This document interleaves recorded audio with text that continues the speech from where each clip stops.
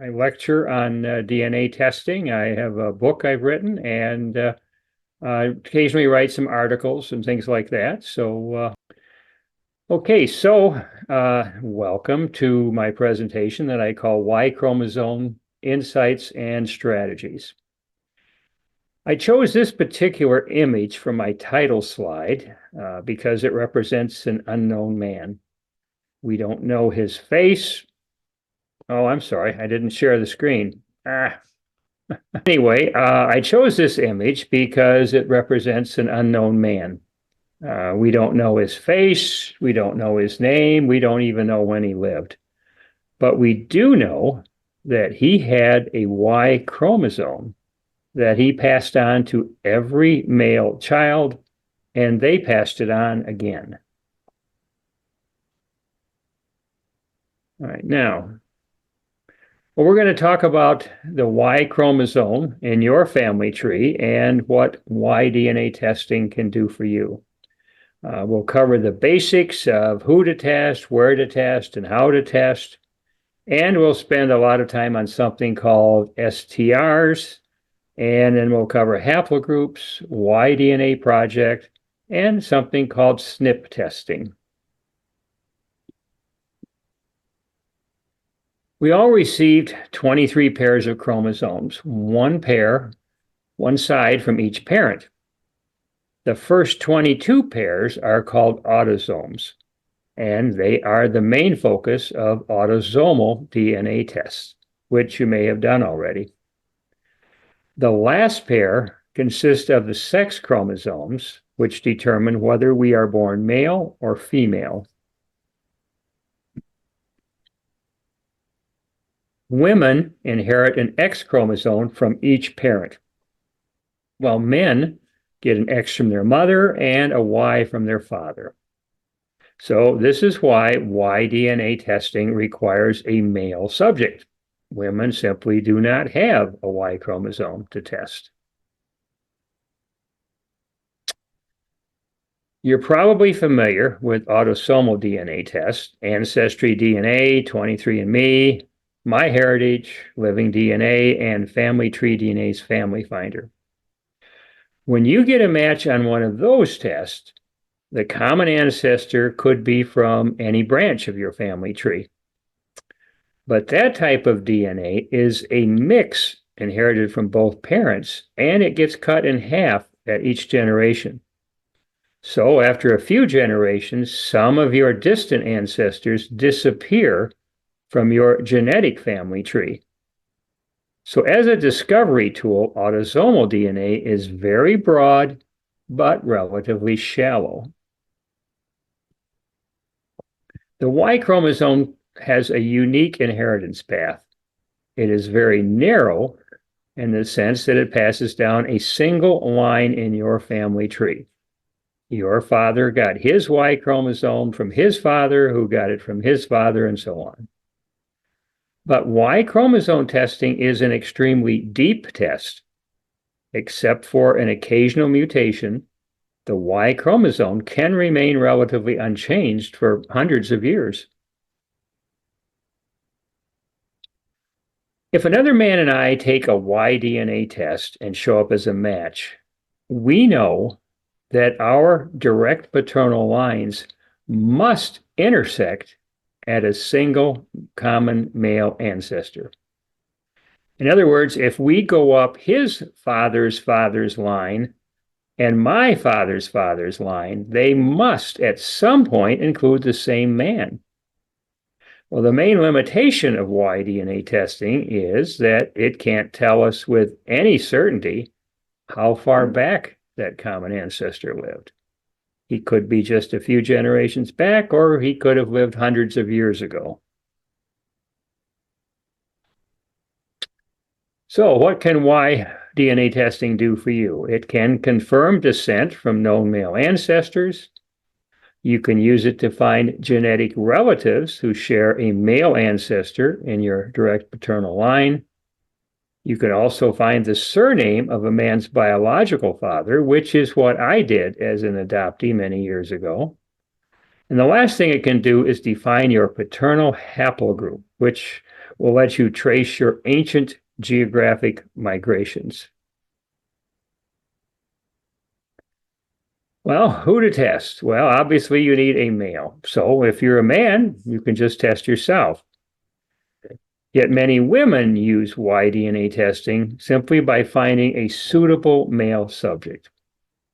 For example, that could be your father, it could be your brother, your father's father, a brother of your father, a son of your father's brother, and so on. And now this test is not just for your own paternal line. You can apply this test to paternal lines in any male ancestor in your tree just by finding a suitable living descendant. Where should you test? Well, the obvious choice for anyone new to Y-DNA testing is family tree DNA. They have the world's largest database, Y-DNA database, a broad range of Y-DNA testing options, and they have more than 10,000 DNA projects that you can join.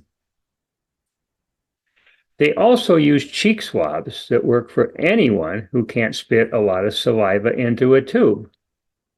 That includes the very young, the very old, and even the recently deceased. Family tree DNA will also attempt to save your sample for 25 years. This lets you order additional tests or upgrades later without having to submit a new sample. And that service is especially important for your older relatives who may not be around when you want to do more testing. Well, we need to clear up one common misconception. If you are a male who tested at 23andMe or Living DNA, you probably noticed that they assigned you to a Y-DNA haplogroup, as well as a mitochondrial DNA haplogroup. Well, while that is a nice feature, it is not the same as Y-DNA testing. They do not report Y-DNA matches, which is the primary benefit of a Y-DNA test, and only a specific Y-DNA test can do that. Y-DNA testing was introduced nearly 25 years ago, and as processing costs have dropped, more and more markers have been tested. The 37 marker test is the minimum today, and it's adequate for many people. You can upgrade later to 111 if needed, and the 111 marker test is probably better for serious genealogists. So if you're not on a tight budget, you might want to do that right away. The big Y700 is a complex test that's really not for everyone, but I will cover it later in this presentation. And I'm not mentioning prices because they can change and there are occasional sales. So you just go to familytreedna.com and learn more and see prices. Well, your matches on a Y-DNA test are determined by STRs, which stands for short tandem repeats. They count the number of times a specific sequence of letters gets repeated at a given location in your DNA. Well, each location is called a marker and has a DYS number. For example, at DYS 456, I have 17 repeats. At DYS 607, I have 14 repeats, and so on. The number of repeats will sometimes mutate. So a 17 might go up to 18 or down to 16 for a descendant. Think of this as kind of like a copy machine spitting out more or fewer copies than it was supposed to.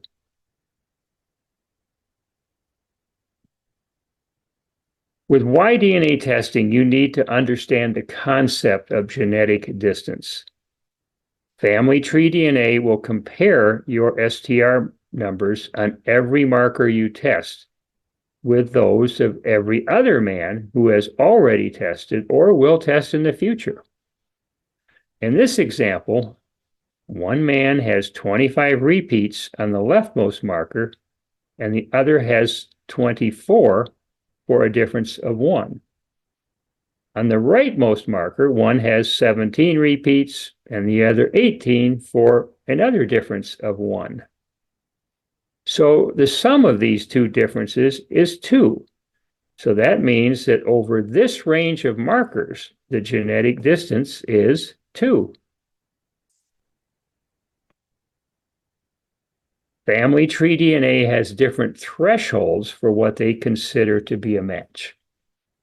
At 37 markers, a genetic distance of 4 or less is a match. Someone with a genetic distance of 5 over those 37 markers will not be listed.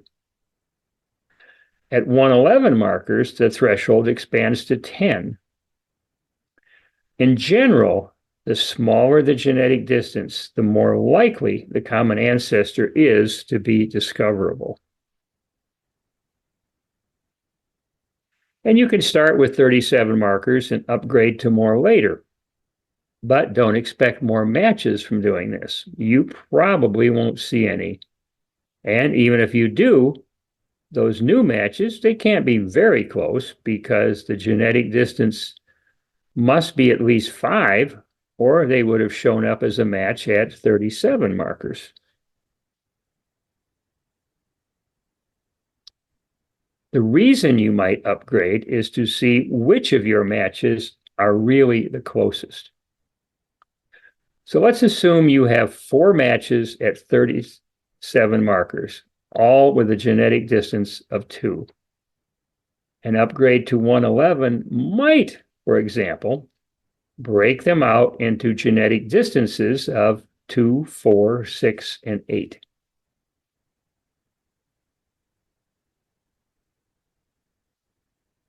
For any DNA test, it's important to review your account settings. And here are some family tree DNA settings that specifically relate to Y-DNA testing. Look under Genealogy to add information for the earliest known ancestor in your direct paternal line. This is what populates the earliest known ancestor column on the matches page. Your matches will be able to see this key fact about your paternal line, and maybe the name will be someone they recognize.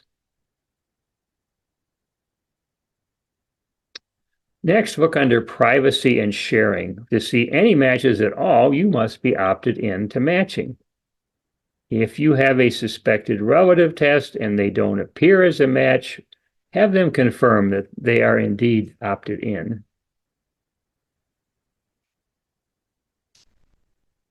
Well, family tree DNA provides many ways to look at your Y-DNA test results, and here are the buttons to explore on your Y-DNA summary page.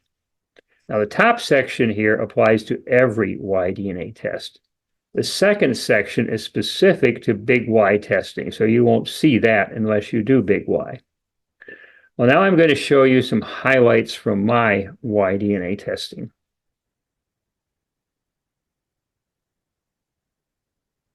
Here is my Y-DNA matches report for 111 markers. 2 different views are available, and I'm showing the less detailed one just for simplicity. I have covered the names of my 6 matches for privacy. In my case, those covered with a green bar have the same last name as my birth father. Those with a blue bar have other surnames. I can also view other marker levels, such as 37, where I have 23 matches. My matches are sorted here by genetic distance, with the closest matches at the top. They range from 3 steps to 8 steps. And you can sort by other columns, and you can apply various filters to your results. While my slide does not show the search bar, you can also search your match lists for a specific name, haplogroup, or paternal country of origin.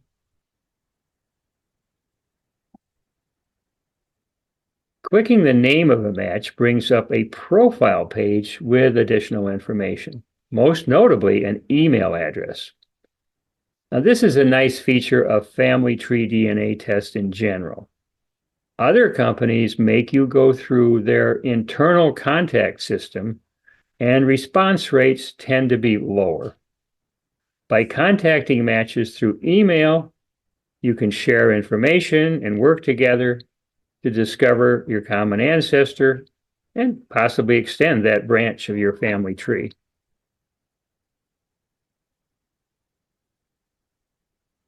Well, notice some small icons at the far right marked actions. If a match has posted a family tree on Family Tree DNA, the first icon will be dark, and you click that icon to see what they posted.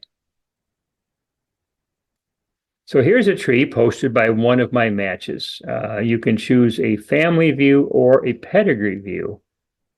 In the pedigree view, which is what I've shown here, the top line traces the direct paternal line that must intersect with yours at some point in the past. If you look closely on this, you can see a surname change in that paternal line. And through emails with this match, I learned that his grandfather had been running from the law and changed his name.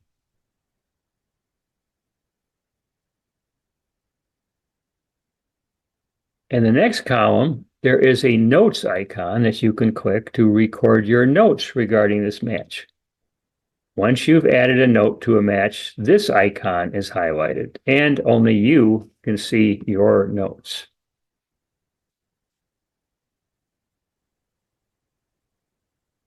If you have also done the Family Finder test, you will want to see if any of your Y-DNA matches have a recent enough common ancestor to also be a match there. And that common ancestor on Family Finder may or may not be in your paternal line, but you should check. Well, instead of looking for each match's name separately among thousands of Family Finder matches, use their Advanced Matches tool. You can check one Y-DNA level and Family Finder. Then choose Yes to show only the people you match on both tests. Click Run Report. I had to go down to 25 markers to find this one match. His genetic distance at 37 was too big to show up as a match at that level.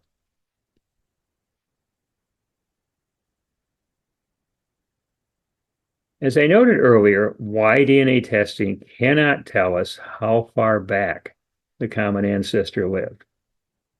In the rightmost column, you can click the icon to view a time predictor for any match.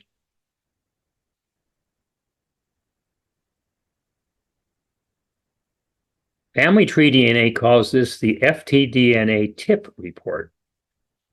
Clicking any icon leads to this chart with all the possible match levels shown.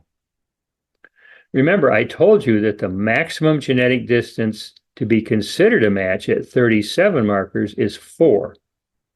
Therefore, the 37 marker column includes 0, 1, 2, 3, and 4. And the 111 marker column goes all the way down to its maximum genetic distance of 10.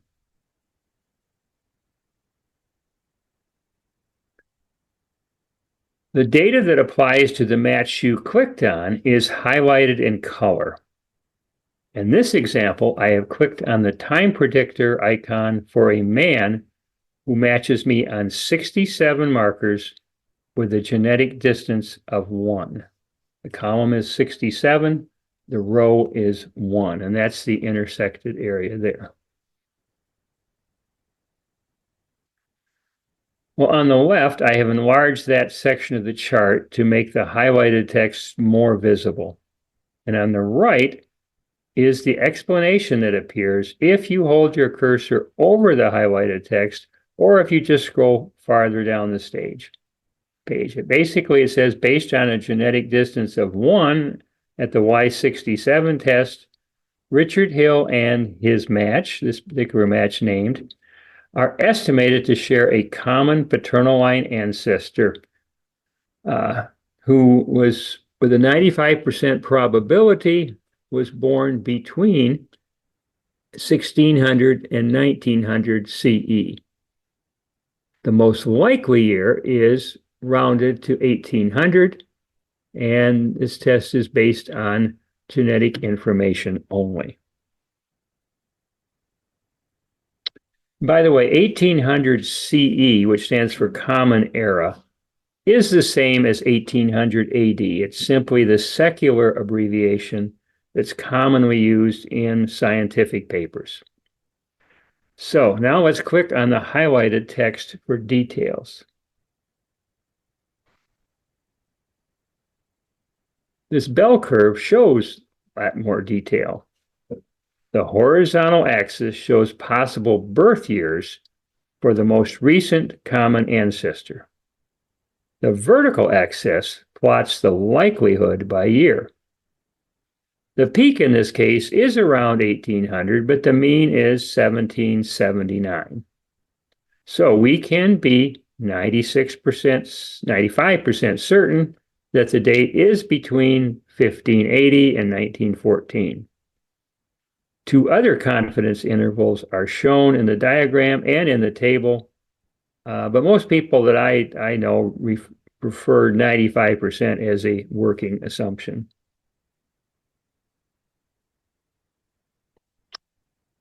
This match and I have been in contact, and we know the identity of our most recent common ancestor. He was my great-great-great-grandfather, and he was born in 1742. That's not far from the calculated mean of 1779.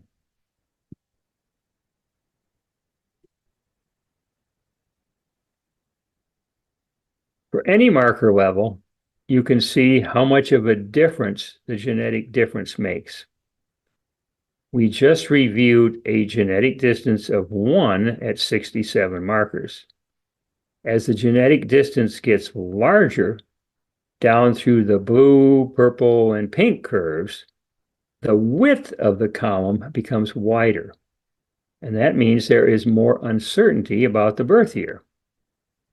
And the peaks of the curve also move left. That means that the most likely birth year is farther and farther back in time. So this explains why it is best to focus first on our matches with the smallest genetic distance.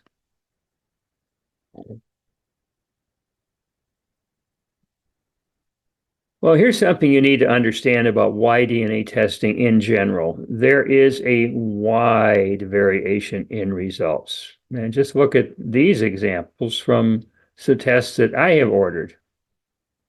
Of my 23 matches on 37 markers, 11 have the same surname as my biological father.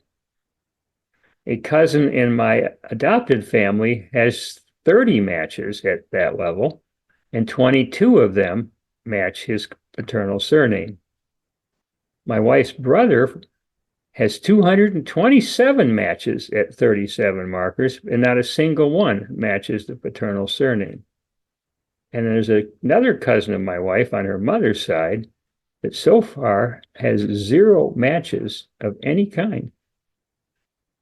So, as with any form of DNA testing, we have to remember that luck is an important factor. Well, genetic genealogy tests, including Y-DNA, are designed to tell us about people and places, our genetic relatives, and the places that our ancestors came from.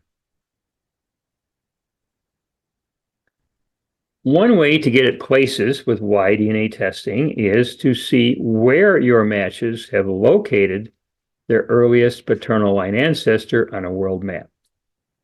And you can choose the number of markers, and the pins then are color-coded to show genetic distance with the color code explained in the lower right corner. Of my 23 matches at 37 markers, only 5 have submitted specific ancestor locations. 3 of my US matches are orange with a genetic distance of 1. My 1 match with a specific United Kingdom location, unfortunately, has a genetic distance of 4. A more interesting example is this map from my brother-in-law. His paternal grandfather was born in Croatia at the location marked by the white pin. Many of his matches trace their lines to specific locations in Croatia and nearby countries. And as you can see from the color-coded genetic distance, most of them are 3 or 4 steps away.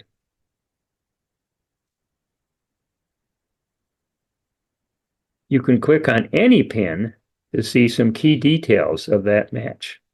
His name, his earliest known paternal line ancestor, and the birthplace of that ancestor. You can click the email link to write him an email using your email program.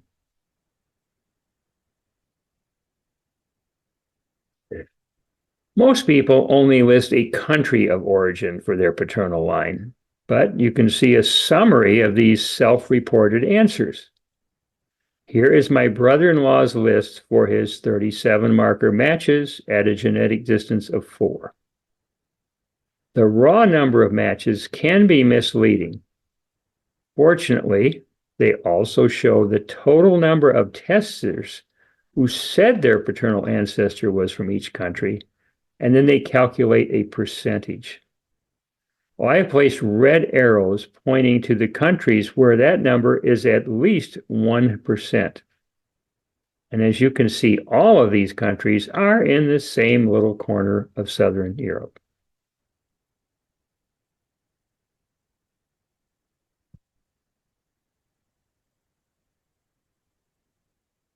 Returning to my Y-DNA matches, note that family tree DNA also reports a haplogroup of each match, with names like RM269. So that brings up a point. What is a haplogroup? Well, think of one huge Y-chromosome tree of all the human males who ever lived. That tree started in Africa more than 100,000 years ago and began dividing into branches. The mutations that mark the branches are abbreviated SNP and pronounced SNP. We call those branches haplogroups. STRs, on the other hand, are like the leaves on the tree. They trace more recent splits and determine our genetic matches on a standard Y-DNA test.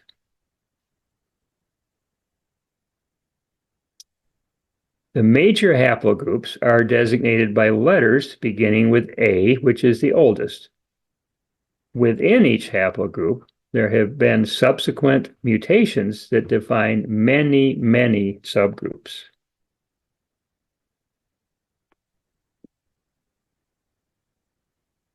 The historical path through these mutations into subgroups of subgroups is illustrated this way. Using only STRs, family tree DNA will estimate your haplogroup. Well, my top level haplogroup is R, and my subgroup is called M269. As I mentioned before, 2 of the autosomal DNA tests also look for haplogroup defining SNPs in a male's Y chromosome. 23andMe measures me as L21, which is several steps more recent than M269. And living DNA takes me downstream another step to DF13.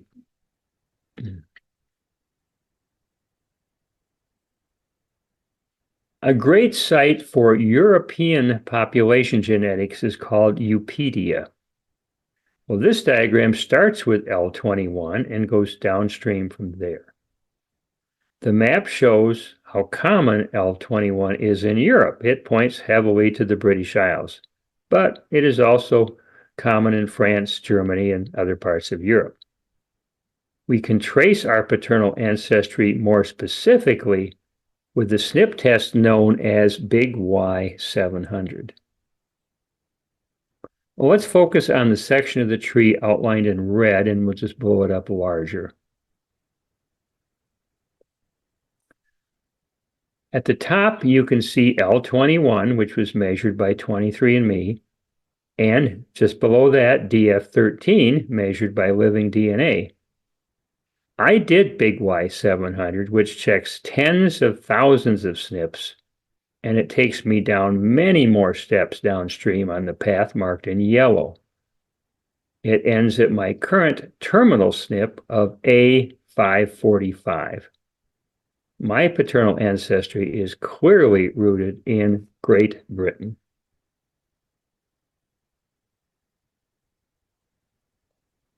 Another thing you can do with your Y-DNA results is join a group project.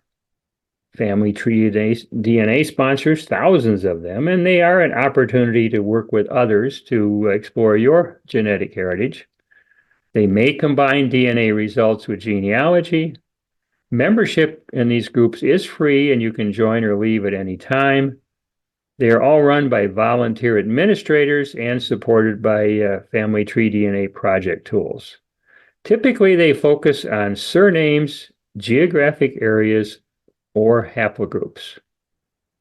A project focusing on your surname is an obvious choice, but you may find some others that are also of interest.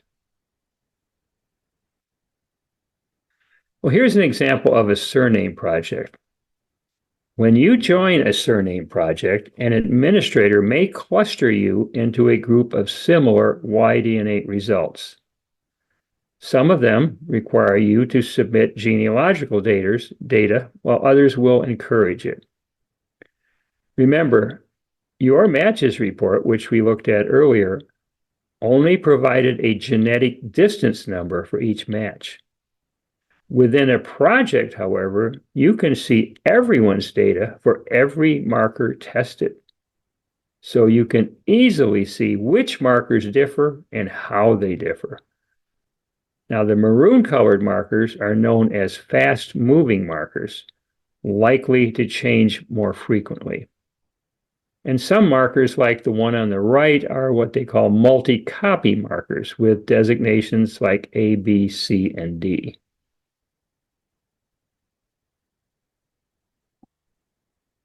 Well, here's an example of a geographic project. This one is called Early Chesapeake Settlers. And the white pin shows where my earliest known paternal line ancestor was born in Virginia.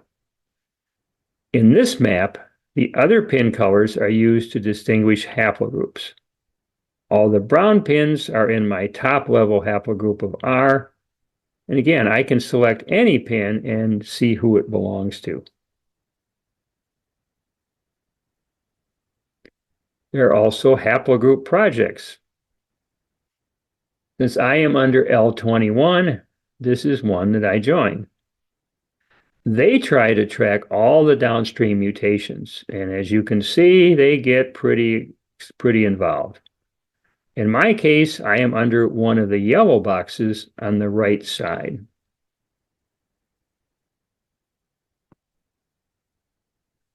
If you go back to your Family Tree DNA dashboard, you will see a button marked Discover Haplogroup Reports with lots more to explore. And if you choose Suggested Projects, it will show you a list of projects that might be relevant for your Y-DNA haplogroup.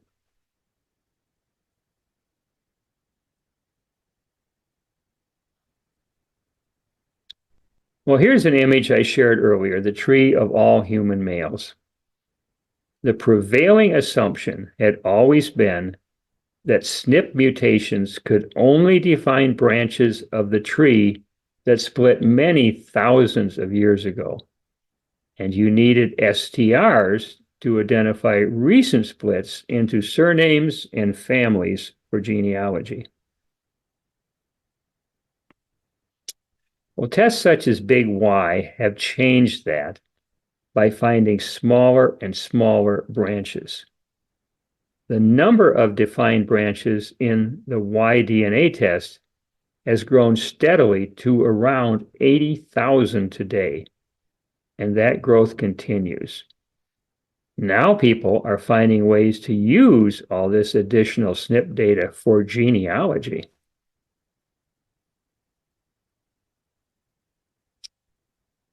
The Big Y test itself has evolved. When I first did the test, it was simply Big Y.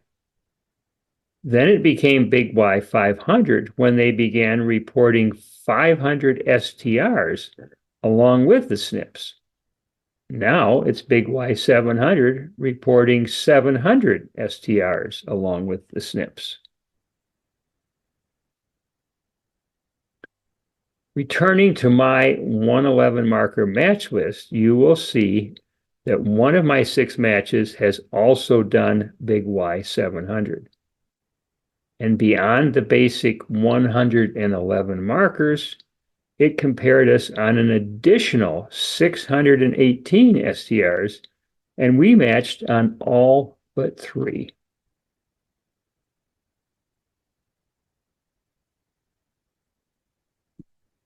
Well, here is just one of the ways that Big Y SNP data can be viewed at Family Tree DNA. Note the path along the top through M269, L21, and DF13. At the right edge of the top line is A551. I chose to focus this block tree view from that point downstream to my terminal SNP of A545. By the way, my best match at 111 STR markers is also my only match on the A545 SNP. There are many more reports that let you dive deeply into the details of Big Y testing.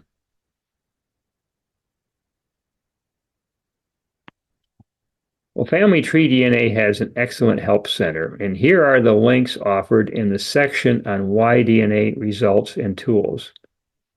If you do Y-DNA testing, this is the first place to look for answers to your questions. And there are additional sections specifically on Big Y.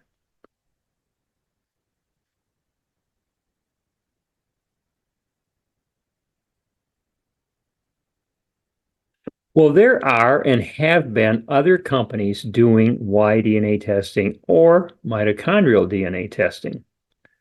Well, this volunteer-run nonprofit is called Mito Y-DNA, and it lets anyone upload such data for comparison with others. Once you get your results from Family Tree DNA, I encourage you to visit the Mito Y-DNA website and upload your data for an even wider comparison. This table shows the upload possibilities for both mitochondrial DNA and Y-DNA data. For Family Tree DNA, you can simply download your Y-DNA data to a CSV file and then upload it here. You might be surprised to know that Ancestry once did both mitochondrial and Y-DNA testing. Well, they dropped those tests many years ago, but a lot of early testers saved their data, and results from other discontinued tests can be uploaded manually. So this is a good thing to do for yourself and for others. Well, here's just one interesting feature of the Mito Y-DNA site.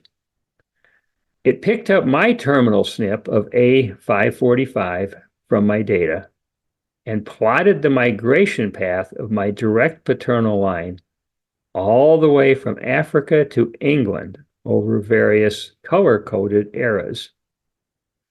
They say that A545 branched off in medieval times.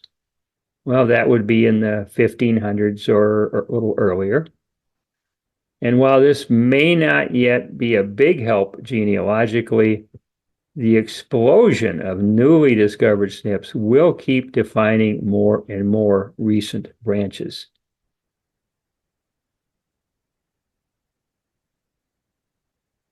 Well, briefly, I want to mention some other options for those who want to dive into the deep end of Y-DNA testing. If you have already done Y-DNA testing at Family Tree DNA, you can order Big Y 700 at a reduced price, simply depending on how many markers you have already tested. The more markers you've tested, the less they're going to charge you to upgrade. Another option is to order individual SNPs or prepackaged SNP packs like the ones shown here.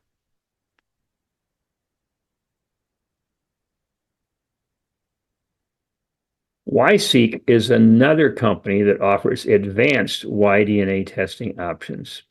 And they're one of the places that now does whole genome testing, which is way beyond the focus of today's topic. They can pretty much customize anything you want in the world of Y-DNA testing.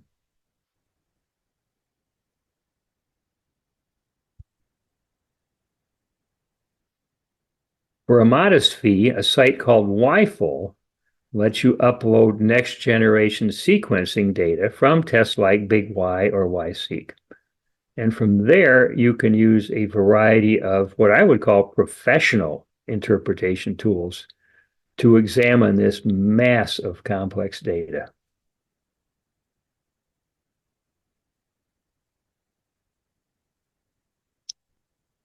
Well, Y-DNA testing is especially important to me. When I sent in my sample in late 2006, I had no idea that I would become a pioneer. And as I said before, I became the first known case of an adoptee identifying birth family through a genetic genealogy DNA test. And you can read the whole story of what turned out to be a decades-long search in my book, Finding Family, My Search for Roots and the Secrets in My DNA.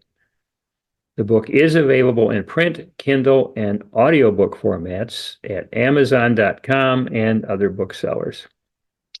I've quoted one professional book reviewer here and a summary of more than 800 reader reviews on Amazon.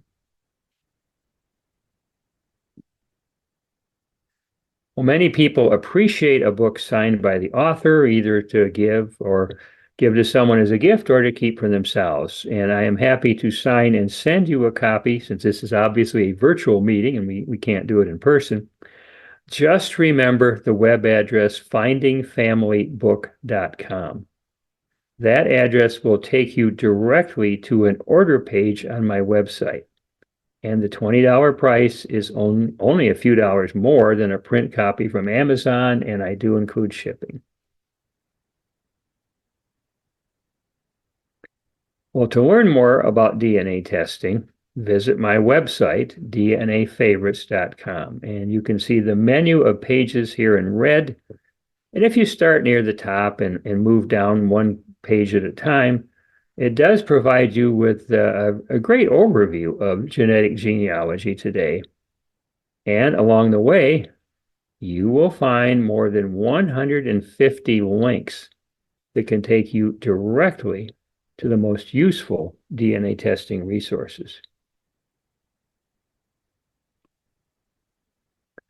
In addition to my DNA Favorites website, I have a DNA Favorites Facebook page. And also look for the name Richard Hill DNA on both Twitter and LinkedIn. And if you belong to a genealogy or other group that would enjoy learning more about DNA testing through a virtual or, in some cases, in-person presentation, you can contact me through email. That address is richardhilldna@gmail.com. Well, this concludes my presentation on Y-DNA testing, and thank you for watching. And now we can take on some questions. Yeah, if you have any questions, it's time to ask them. I was interested as an adoptee. I was adopted within the family, though, so I know who my biological parents are. At least I think I do. Obviously, my mother, I know that there's always possibilities for a father not being your biological father for some reason or other. Yes, uh, certainly. because I was adopted within the uh, my paternal uh, aunt and her husband. I know my grandfather, so that would be my biological father's father. Now I'm wondering, I had ancestry DNA done, and I'm going to have to look at this stuff and look at some of your sites. I'm not a very scientific minded person. I don't have a statistical mindset, so a lot of these things are going to be a struggle to get through. But I'm guessing that with the uh, family tree DNA, I'd certainly be able to confirm that who I believe to be my biological father and tracing that family would be worth the effort to do that. Am I correct in thinking Depends, that? it depends if you have, um, well, yeah, you're testing yourself on a Y-DNA test would be the Y-DNA you got from your father, who got from his father, and so on. However, it may or may not show a close match unless there happens to be, somebody, a male in that direct paternal line who has already tested or will test sometime after you do. So So you the may or may not biological, find anything right away that's close enough. Yeah. yeah. So my biological father, who I believe to be my biological father, it would only be able to be traced if he had been tested, is what you're saying, or no? Yeah. Well, is he still alive? No. Okay. Yeah.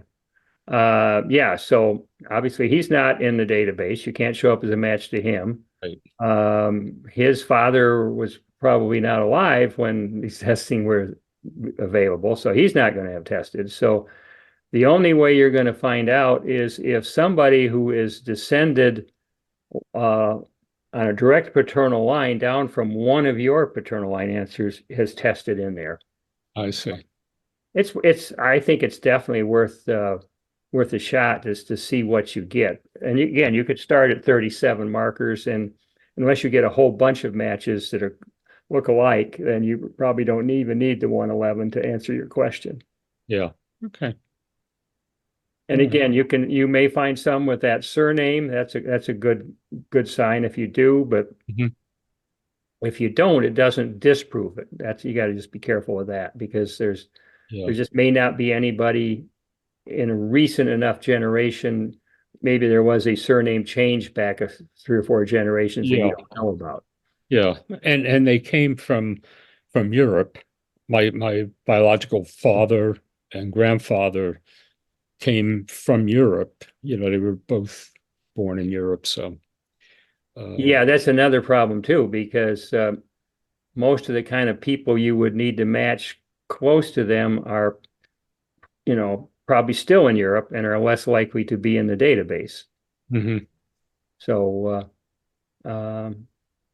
you have to hope that some of the other immigrants from the same family that ended up in the US and tested may show up as Right. matches. Right. So Okay. you'll get matches, I'm sure of it, but how close they are is you never know. It could Yeah, be. I mean, on Ancestry, the closest thing I had was a second and third cousin.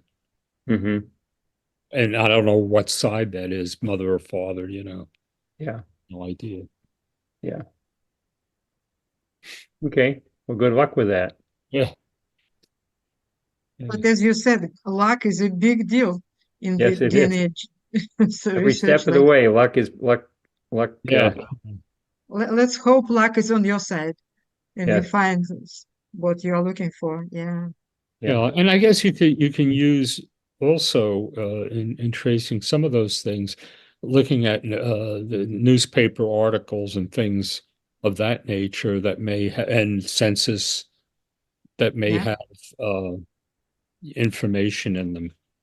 For Yeah. example, when they moved here, there was in one of the early census things I was able to trace uh, a cousin lived in the household, Hmm. different surnames. So, yeah, I don't know what side of the family he was from, but I guess you could use those things combined with DNA to try to nail down a little more.